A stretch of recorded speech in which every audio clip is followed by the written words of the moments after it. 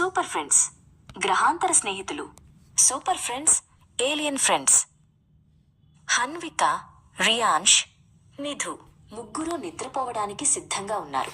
అమ్మ వచ్చి చందమామ కబుర్లు వినండి, హాయిగా నిద్రపోండి అని చెప్పి లైటు ఆర్పేసింది. గదిలో ప్రశాంతమైన నీలిరంగు వెలుగు మాత్రమే ఉంది. అంతా నిశ్శబ్దంగా ఉంది. రియాన్ష్ హన్విక చెవిలో, అక్క, నాకు నిద్ర రావట్లేదు, మనం ఏదైనా కొత్త ఆట ఆడుకుందామా అని గుసగుసలాడాడు. సరిగ్గా అప్పుడే పెద్ద భూమ్ అని శబ్దం వినిపించింది. కిటికీ అద్దాలు వణికిపోయాయి. రియాన్ష్ భయం లేకుండా పరుపు దిగి కిటికీ దగ్గరకు పరిగెత్తాడు. అక్కా, చూడు చూడు, మన ఇంటి తోటలో ఏదో మెరుస్తోంది అన్నాడు. హన్విక కూడా భయంగా, ఉత్సాహంగా రియాన్ష్ పక్కనే నిలబడింది. మెరుస్తున్న ఆ వస్తువు ఒక వెండి రంగు అంతరిక్ష నౌక. అంతరిక్ష నౌక తలుపు నెమ్మదిగా తెరుచుకుంది. లోపల నుండి ఇద్దరు చిన్న ఆకుపచ్చని అతిథులు వచ్చారు. వారికి పెద్ద నల్ల కళ్ళు, పొడవైన వేళ్లు ఉన్నాయి. ఒకరు జార్ప్ జార్ప్, మరొకరు గ్లిక్స్ గ్లిక్స్. భయపడద్దు చిట్టి స్నేహితులారా అని గ్లిక్స్ ఒక మెరుస్తున్న భాషలో సైగ చేసింది. గ్రహాంతర వాసులు తమ చేతుల్లో మెరుస్తున్న స్ఫటికాలను, క్రిస్టల్స్ పట్టుకుని పిల్లల వైపు చూపించారు.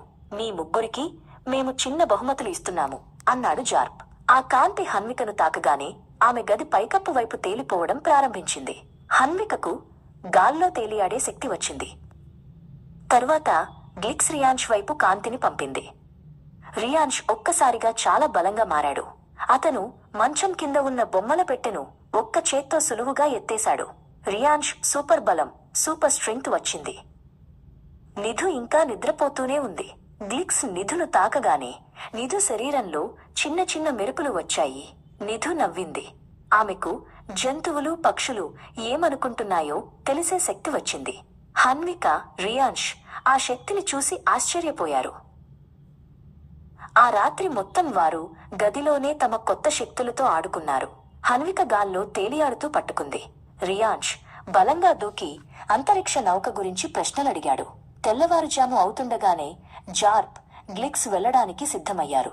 మంచి పనుల కోసం ఈ శక్తులను ఉపయోగించండి అని చెప్పి నౌకలోకి వెళ్లిపోయారు.